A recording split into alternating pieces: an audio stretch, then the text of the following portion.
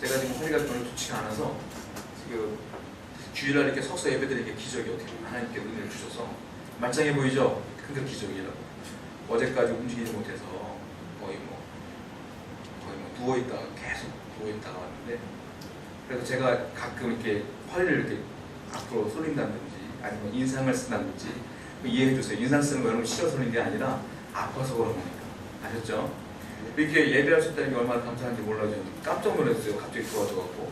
그래서 첫날은 진짜 꼼짝을 못해서 이거 어떡하나 하다가 결국 금요일날 예배를 못 왔어요. 근데 토요일날 또 어제 침을 맞고 괜찮았나 싶은데 오늘 아침에 일어났는데 또 안 좋더라고요. 근데 또 차 탈 때도 힘들었고, 우리 지우수 형제가 나한테 안수해 주셨는데 막 불이 나와가지고 괜찮아졌나 싶기도 하고, 손이 원래 뜨거웠나 그래서 좀 나아졌어요. 그래서 감사하게 예배를 드리고 여러분께서 중보해 주신 덕분에 많이 괜찮아집니다. 자, 오늘 사도행전 27장을 돌아왔는데 이제 28장이면 사도행전이 끝나요. 오늘 본문 말씀은 사도 바울이 로마로 드디어 들어가는 장면입니다. 우리가 알기로 뭐 말을 타고 환영받으면서 가는 게 아니라 죄인의 입장에서 배를 타고 호송당하는 거예요. 지금 이렇게 들어가는 장면인데 1절부터 27장 1절부터는 이제 떠나는 과정에서 어떻게 가는 장면만 나와 있고, 실질적으로 우리가 읽었던 우리 18절 말씀부터는 이제 어떤 하나님의 의미를 부여할 수 있는 부분들이 나오기 때문에 18절부터 26절까지 읽은 거예요. 그래서 자, 이제 사도 바울이 들어가는데 우리가 오늘 중심적으로 봐야 될 사건은 사도 바울이 마지막 부분에 말했던 부분들을 좀 살펴보려고 그래요. 사람들이 어려움을 당하거나 힘든 일을 당하면 사랑하는 사람들이 위로를 해줘요. 옆에서 안쓰러우니까 어깨도 토닥여주고 그리고 위로의 말도 건네주고 할 때가 있는데, 그 위로가 큰 힘이 될 때도 있는데 종종 나는 위로를 해주는데 그 위로 때문에 상처를 입는 경우도 종종 있어요. 그러니까 사람은 불완전한 존재라 나는 나름대로 최선을 다해 위로해줬는데 성격상 좀 부족한 부분이 있기 때문에 말투라든지 단어 선택 때문에 그분들의 상처를 입는 경우가 종종 있어요. 그런 경우가 종종 있다고요. 위로가 상처를 입는 경우가 있는데, 그 대표적인 예를 보면 성경 속에서 찾아보면 욥이 큰 위로를 받아야 될 상황이 됐잖아요. 아들, 딸 10명 다 죽고 재산 다 없어지고 와이프 떠나고 병 걸리고 하나님께 기도해도 답이 없고, 그럴 때 친했던 친구들이 와서 위로를 합니다. 위로를 하는데 그 위로가 알다시피 욥기를 보면 논쟁으로 변질돼요. 위로를 하러 왔는데 다 좋은 말이에요. 근데 그 위로한 내용이 어떤 내용이냐면, 야, 어렵지만 힘들지만 이렇게 된 이유는 다 네가 하나님께 죄를 지었기 때문이 아니냐? 이런 식으로 얘기를 하면서 위로를 하는 거예요. 근데 욥은 알다시피 죄 지은 게 아니거든요. 그래서 그것이 큰 상처가 되어서 논쟁으로 불거질 때가 있어요. 그런 경우가 우리 인간 사회에도 굉장히 많습니다. 근데 오늘 보니까, 본문을 보니까 사도 바울도 지금 어려움을 당한 사람들을 위로하는데 이 위로는 상처가 되지 않냐고 진짜 큰 위로가 되더라 이거예요. 어떻게 위로를 했길래 그러냐 한번 봤으면 좋겠는데요. 우리 27장 1절을 보세요. 본문 한번 읽어볼까요? 시작. 우리가 배를 타고 이달리아에 가기로 작정함에 바울과 다른 주수 몇 사람을 아우구스도대의 부자 윌리오란 사람에게 맡기니. 드디어 사도 바울이 로마로 떠납니다. 그 앞장에는 어떤 일이 있었냐면 가이사라 법정에서 굉장히 많은 재판을 받았어요. 나중에는 아그리파 2세에게 왕에게도 재판을 받았죠. 그런데 사도 바울이 로마인인 것이 발견되었기 때문에 로마에는 로마로 가서 법정에 서야 되는 거예요. 그렇기 때문에 로마로 가게 되는 장면이 이제 1절에 나오는 거예요. 배를 타고 떠나게 됩니다. 어떻게 떠나냐면 가이사랴 항구에서 출발을 해서 두로를 거쳐요. 두로를 거치고 그 다음에 5절을 보세요. 27장 5절 읽어보세요. 시작. 루기아와 갈릴리아 바다를 건너 루기아의 무라시에 이르러. 어디 도착했습니까? 무라시에 도착했어요. 무라는 지중해 입구입니다. 그러니까 지중해로 들어가는 입구예요. 드디어 로마로 가려면 지중해를 통과해야 되기 때문에 무라시를 통과하면서 거기서 배를 갈아타요. 그리고 어디로 가냐면 7절을 보세요. 7절 한번 읽어보세요. 시작.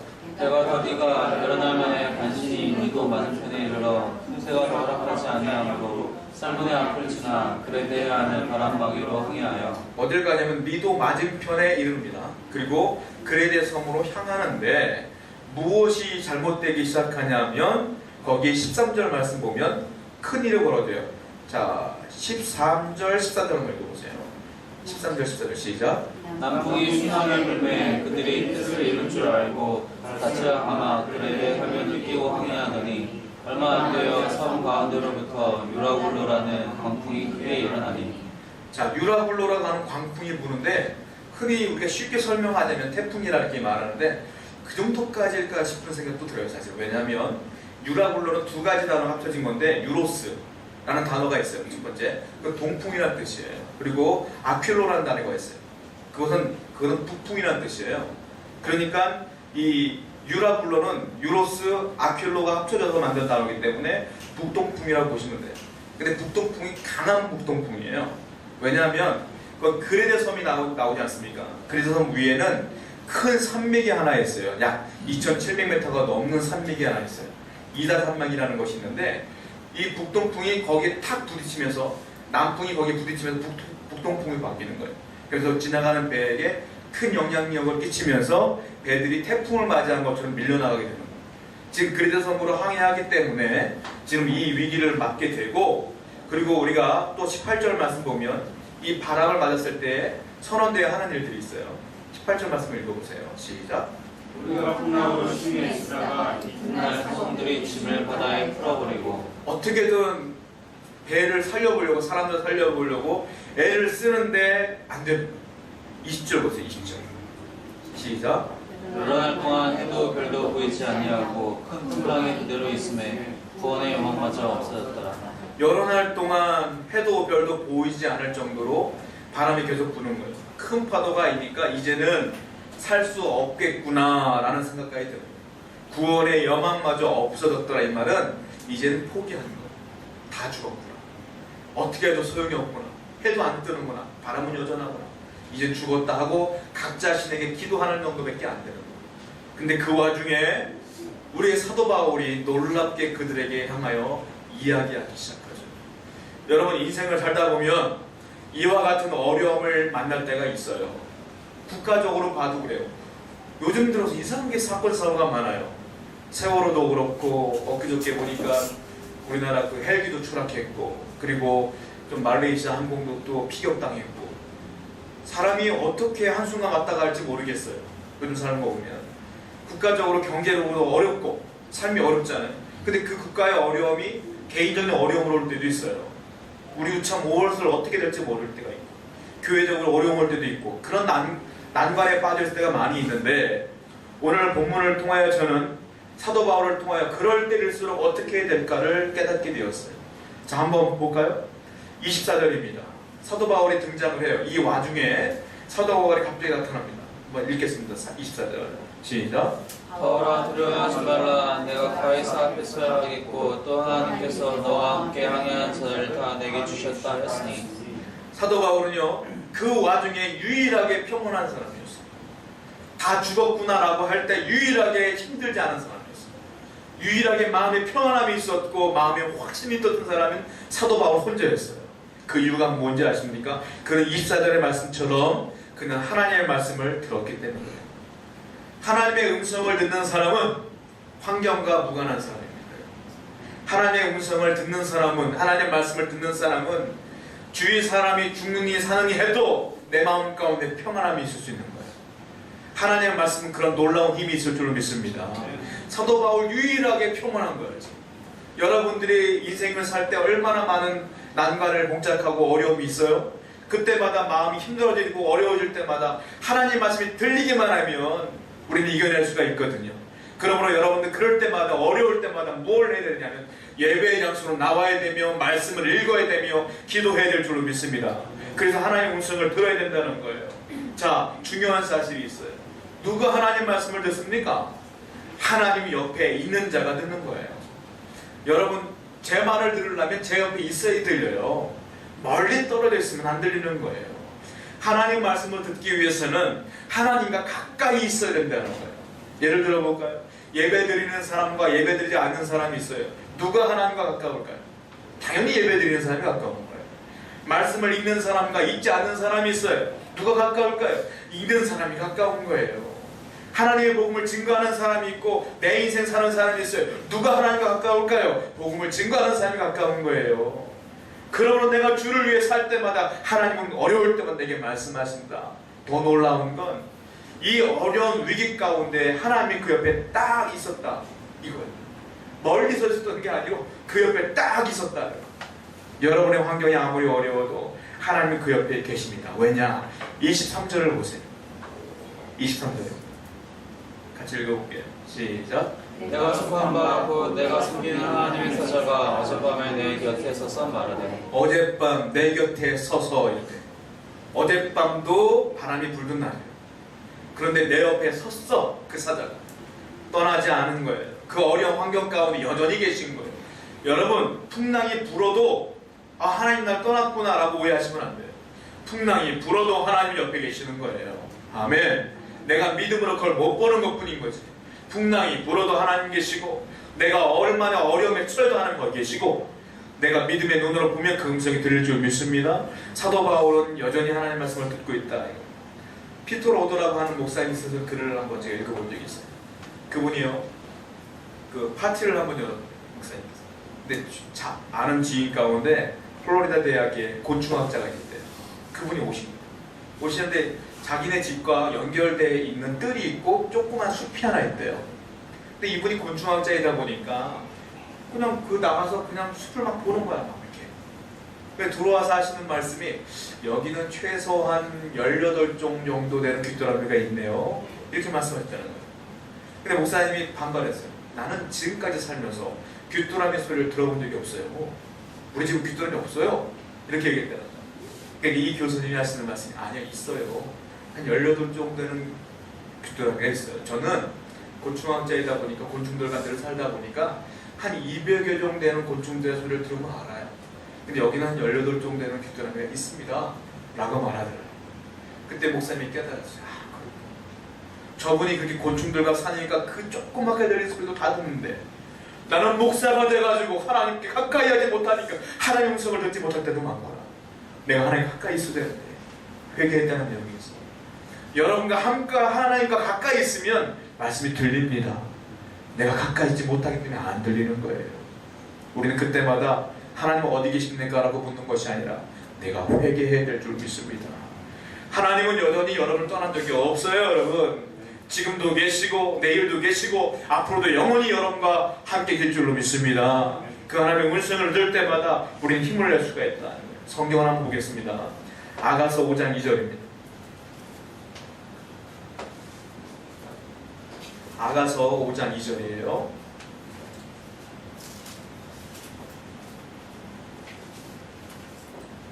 같이 한번 읽어봐요. 시작. 내가 깨었는데 나의 사랑하는 자의 소리가 들리는구나.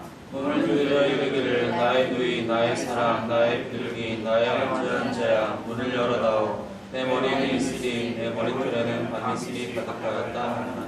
내가 잘지라도 마음은 깨었는데 나의 사랑하는 자의 소리가 들리는구나. 내가 사랑하는 사람이 있으면 잘지라도 마음속에 소리가 들려요. 내가 하나님을 정말 사랑한다면 어떤 상황에서도 하나님 말씀이 들려요. 여러분 내가 하나님의 사랑이 식어지니까 안 들리는 거죠. 더욱더 하나님을 사랑하는 저와 여러분에게 축원드립니다. 성경을 또 읽어볼게요. 이사야 50장 4절입니다. 이사야 50장 4절이에요. 이사야 50장 4절 함께 읽어보겠습니다. 시작. 주 여호와께서 학자들의 혀를 내게 주사 나로 공부한 자를 말로 어떻게 도와줄 줄 알게 하시고 아침마다 깨우치시되 나의 귀를 깨우치사 학자들같이 알아듣게 하시도다. 아침마다 깨우치시되 나의 귀를 깨우치사 학자들같이 알아듣게 하시도다. 학자들이 뭘 하나 들으면 금방 아주 세밀하게 자세하게 알아듣는 것처럼 하나님 말씀을 내가 금방금방 알아듣는구나. 하나님과 가까이 하는 자 이런 축복이 있을 줄 믿습니다. 모르긴 몰라도 하나님 여러분들에게 하루하루 살면서 환경으로 말씀으로 계속 말씀하실 거예요. 우리가 못 듣는 것뿐이죠. 대기권 안에 수많은 소리가 있어요. 다른 소리에 귀를 기울이지 아니하고 이번 주부터 하나님 말씀에 더욱더 귀를 기울이는 저와 여러분들에게 축원드립니다. 사도 바울은 그 와중에 말씀을 들었기 때문에 평온할 수 있었다. 두 번째 말씀 볼까요? 본문 25절입니다. 그럼 25절이에요. 시작. 그러므로 여러분이 안심하라. 나는 내게 말씀하신 그대로 되리라고 하나님을 믿노라. 자, 중요한 단어가 있습니다. 뒷부분이에요. 나는 내게 말씀하신, 어저께 밤에 말씀하셨잖아요. 나는 내게 말씀하신 그대로 되리라고 하나님을 믿노라. 아무리 하나님이 내 옆에서 말씀을 해도 내가 믿지를 않으면 허공에 물리는 매아리랑 똑같은 거예요. 쓸데없는 소리인 거예요. 하나님이 내게 말씀했을 때 사도 바울은 뭘 했느냐? 그 말씀을 그대로 믿었어요. 여러분, 위기 가운데 있으니까 하나님 말씀이 들렸는데 안 믿어져요? 그건 문제가 되는 거예요. 하나님 말씀을 있는 그대로 믿는 것, 위기를 극복할 힘이 될 줄로 믿습니다. 하나님이 여러분에게 약속하신 모든 것들 불가능해 보입니까? 하나님은 불가능한 게 없어요, 여러분. 무에서 유를 만드신 분이 하나님이셔요. 말씀으로만. 그분의 말에는 힘이 있습니다. 그러므로 우리는 하나님 말씀을 읽을 때, 말씀을 통해 들을 때, 내가 큐티하며 읽을 때, 기도할 때, 들을 때 그 말씀 반드시 이루어질 걸 믿는 여러분들에게 축원드립니다. 이사야서 55장 10절부터 11절 한번 보겠습니다. 이사야 55장 10절부터 11절입니다. 이사야 55장 10절부터 11절 한번 읽어볼게요. 시작. 이는 비와 눈이 하늘로부터 내려서 그리로 들어가지 아니하고 땅을 적셔서 소출이 나게 하며 싹이 나게 하여 허정한 자에게는 종자를 주며 먹는 자에게는 양식을 준 것 같이 내 입에서 나가는 말도 이와 같이 헛되이 내게로 되돌아오지 아니하고 나의 기뻐하는 뜻을 이루며 내가 보낸 일의 형통함이니라. 아멘. 비와 눈이 하늘에서부터 내려오는 것, 심었을 때 싹이 나는 것, 이건 당연한 진리잖아요. 그런 것처럼 11절은 뭐라고 썼습니까? 내 입에서 나가는 말도 이와 같이 헛되이 내게로 돌아오지 아니할 것이다. 다 이루어질 것이다. 하나님의 말씀은 반드시 이루어질 줄로 믿습니다. 그러므로 이 말씀을 믿고 사는 사람을 뭐라고 말합니까? 말씀 붙들고 사는 사람, 이렇게 말합니다. 하나님의 말씀 반드시 이루어져요. 아멘. 사람이야 거짓말하지. 내가 거짓말하는 사람이니까, 내가 연약한 사람이니까 이 말씀 의심하는 거죠. 하나님은 한 번도 하나님 말씀을 배반하거나 하나님 스스로 삭제한 적이 없으셔요. 하나님 말씀 반드시 이루어집니다. 그러므로 사도 바울은 어젯밤에 말씀을 들었는데 오늘 아침에 깼으면 풍랑이 없어야 되잖아요. 근데 여전히 풍랑이 있는 거예요. 그래도 사도 바울은 그대로 믿는 거예요. 우리는 말씀에서 금방 이루어져야지, 안 이루어졌네, 어떡하지? 또 의심하는 게 아니라 사도 바울은 여전히 믿는 겁니다. 이 믿음이 우리에게 필요한 줄로 믿습니다. 요즘 또 초복이 지났잖아요. 삼계탕으로 사람들 많이 드시는 것 같아요. 하림이라고 하는 회사가 있어요. 거기 회장님께서 김홍복 회장님이신데 이분이 장로님이셔요. 이분의 사무실에 보면 글귀가 하나 있어요. 글귀가 뭐냐면은 이풍랑 인하여, 그 찬송가 가사인데 뭐라고 해요? 이풍랑 인하여 고요한 바다로, 모두 2절 마지막에 기억 안 나시나요? 이풍랑 인하여 뭐죠? 갑자기 기억이 안 나네. 이풍랑 인하여 더 빨리 갑니다. 찬송 아세요? 고요한 바다로, 모르세요? 이 풍랑 인하여 더 빨리 갑니다는 그렇게 딱 있어요. 왜냐하면 이분이 사업을 하시면서 본인의 공장에 큰 화재가 있습니다. 그래가지고 다 전소가 돼서 전재산을 다 잃어버린 거예요. 그때 기도하는 가운데 하나님이 이 찬송을 주신 거예요. 고요한 바다. 찬송을 제가 읽어드릴게요. 고요한 바다로라는 찬송인데, 고요한 바다로 저 천국 향할 때 주 내게 순풍 주시니 참 감사합니다. 큰 물결 일어나 나 쉬지 못하나 이 풍랑 인연하여서 더 빨리 갑니다. 이 부분이 그러게끔 하면, 내게는 지금 풍랑이 왔지만 이 풍랑 인하여 더 빨리 갈 줄로 믿습니다, 하나님. 그리고 그 글귀를 딱 세워놓고 지금도 거기 붙여놓고 어려울 때마다, 힘들 때마다 그걸 보면서 그 은혜를 기억하신다고 그러더라고요. 여러분, 믿음은 참 놀라운 것 같습니다. 누구는 풍랑을 만나면 절망하죠. 믿음의 사람은 풍랑을 만나면 이 풍랑 인하여 더 빨리 갑니다 라고 고백합니다. 여러분에게 이 풍랑 인하여 더 빨리 갑니다라는 믿음이 있기를 원합니다. 이것이 믿음이 아닐까요? 찬송가 가운데 만세만석 열리니라는 찬송가가 있어요. 이분은 영국의 어거스트 포트레이드라고 하는 분이 쓰신 건데, 이 목사님이 36살에 돌아가셨어요. 가난했고요. 아버지가 일찍 전사하셔서 어머니 밑에서 정말로 사람들에게 있는 욕 없는 욕 다 먹어가며 고생하며 사시는 분이에요. 근데 일찍 돌아가셔서 38살이에요. 누릴 거 하나도 못 누리고 하나님 만나고만 그냥 가신 거예요. 가난했고 헐벗었고 그리고 아무것도 누리지 못하고 갔어요. 마지막 유언이 뭔지 아십니까? 제가 읽어드릴게요. 나는 나의 영혼을 내가 경유하는 전능자이신 나의 하나님께 겸손히 의탁합니다.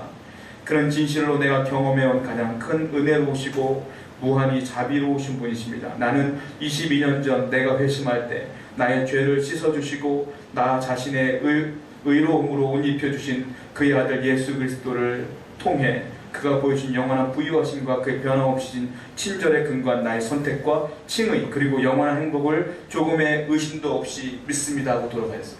가난했어요. 고생은 다 했어요. 남들은 다 부모님이 계시는데 나 혼자 홀어머니 밑에서 살았어요. 그리고 일찍 병 걸려 죽었어요. 원망할 만도 한데 그분이 고백한 건 여전히 당신을 사랑하고 믿습니다. 이거예요. 여러분 환경이 뭘 중요합니까? 내가 원하는 게 안 된다고 뭘 중요합니까? 여전히 하나님 당신을 사랑하시는데. 아멘. 내게 구원을 주신 게 그렇게 놀라운 일인데 내가 이 땅에서 부유하게 살다가 구원 못 받으면 그게 더 억울하지 않겠어요? 그러나 이미 구원을 얻었고 하나님과 동행하는 축복을 누리는데 돈이 뭐가 중요하며 건강이 뭐가 중요해? 물론 있으면 좋지. 없어도 괜찮은 거 아니겠어요? 주만 있으면 괜찮은 거 아니겠어요? 아멘. 이 사실을 믿으며 나가는 저와 여러분 되기를 축원드립니다. 사도 바울은 여전히 풍랑 가운데 있지만 그건 중요하지 않았어요. 주님께서 여전히 말씀하시니까 나는 그분을 신뢰하는 믿음으로 여전히 견디고 있었던 거예요. 그것이 그에게 믿음이 있었고 우리에게 가르쳐주는 마음입니다. 사도 바울은 또 우리에게 보여주는 말씀이 있어요. 본문으로 돌아옵니다. 22절 말씀 읽어보세요. 22절입니다. 시작. 내가 너희를 만나니 이제는 안심하라. 너희 중에 아무도 승리를 당하는 성향이 없고 오직 내 자, 선원들은 아까 읽었던 것처럼 이제 구원받을 여망부터 없다고 포기한 상태인데 22절에 사도 바울이 뭐라고 말하니까 탁 등장하더니 처음에 하신 말씀이 이제 안심하라. 안심하라. 그리고 너희 중 아무도 생명에는 아무런 손상이 없을 거야. 오직 배만 상할 거야. 사람은 하나도 안 죽어. 왜냐? 그 뒤에 말한 게 뭐예요? 어젯밤에 천사가 내게서 말했어. 너희들은 다 살 거야 라고 얘기를 하는 거야. 여러분 우리가 힘들 때 어려울 때 이런 지도자를 만나면 참 행복할 것 같다는 생각이 들어요.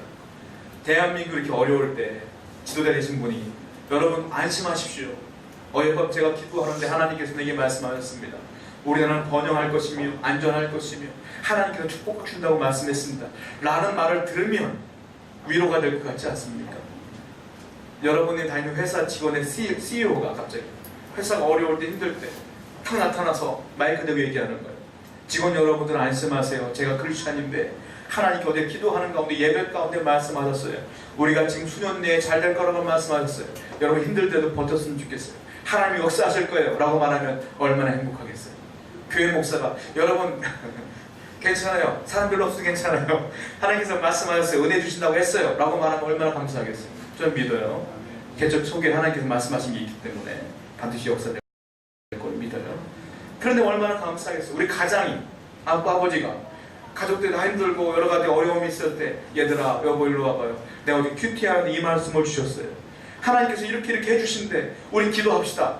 얼마나 안심이 되고 위로가 되겠어요. 위로는요 어깨 토닥이는 게 위로가 아니에요. 진짜 위로는요 어이구 어떡하긴요 그 사람이 당한 걸 내가 진짜 몰라요. 그뿐인 거야 사실. 그게 위로가 됩니까? 아니에요. 진짜 위로는 뭔지 아세요? 하나님의 말씀을 듣고 그 말씀을 증거해 주는 거예요.